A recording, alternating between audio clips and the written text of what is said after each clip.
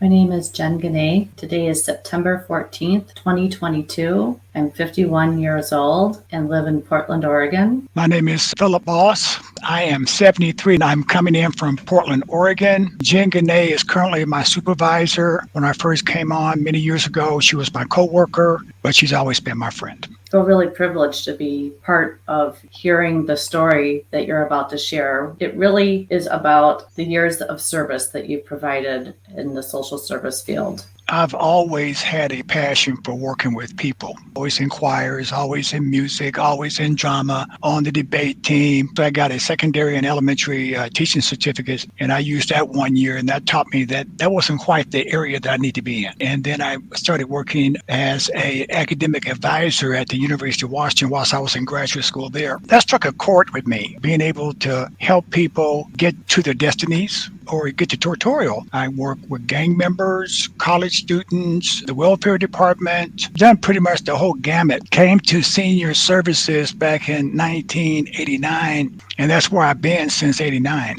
I got promoted a couple of times. We had a point where there was budget issues. People were losing their jobs, and I chose to find something different. Just so happened that I knew a couple of people that asked me would I be interested for working with Elder Place, and I said absolutely. So after 3 months, when Marie Smith Center opened, I moved over to Marie Smith Center, and we had 7 participants in our program. From there, it was an issue of building your program up. I've been blessed in being able to work in an area where it's not really a job to me. The impact that we can have on people's life, if we can give them information that will help them, if we can give them other choices or opportunities so they can make an informed decision, if I can ask the right questions in probate court sometimes, all those things just fed my soul. My first 3 months were a little challenging. If we look back 18 years, we both can admit that we weren't very diverse in terms of the staff that we had. I had some questions, and people had some questions about me the first few months that I was there. It was a little stressful. I was looking for validation, but it wasn't available at the time. What got me through was I'm still a member of the same men's Bible group I was 20 years ago.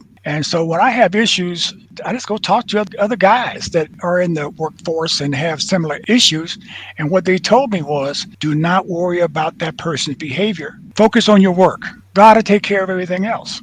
And as you know, it appears that he did. What I'm hopeful of is the young social workers that we have on staff today, the young doctors and therapists we have on today, I have a lot of hope that they're going to be change agents. You've been such a leader in this work, identifying areas of systemic racism. Do you want to share some of the ways that you've influenced? One of the things that happen, there'll be times during the day or during a meeting where you think that you hear something might have been discriminatory, and it'll be easy for someone like me that's seen a lot of prejudice to immediately let that person know that that's not appropriate. As I gain wisdom, everybody that says something inappropriate is not a bigot. They're not. But it is an opportunity for me to say something in a loving way to them and gain an advocate for truth and justice. There were 3 caregivers, all RNs. The problem they were having was because they weren't understanding the question because they were all from Africa. So the questions didn't always make sense to them. I know of an agency that trains people for all types of boards, and all 3 of them passed. And they're nurses. They just needed to understand what the question was. But nobody had really thought about that, evidently. Really, the bottom line is I grew a lot being here.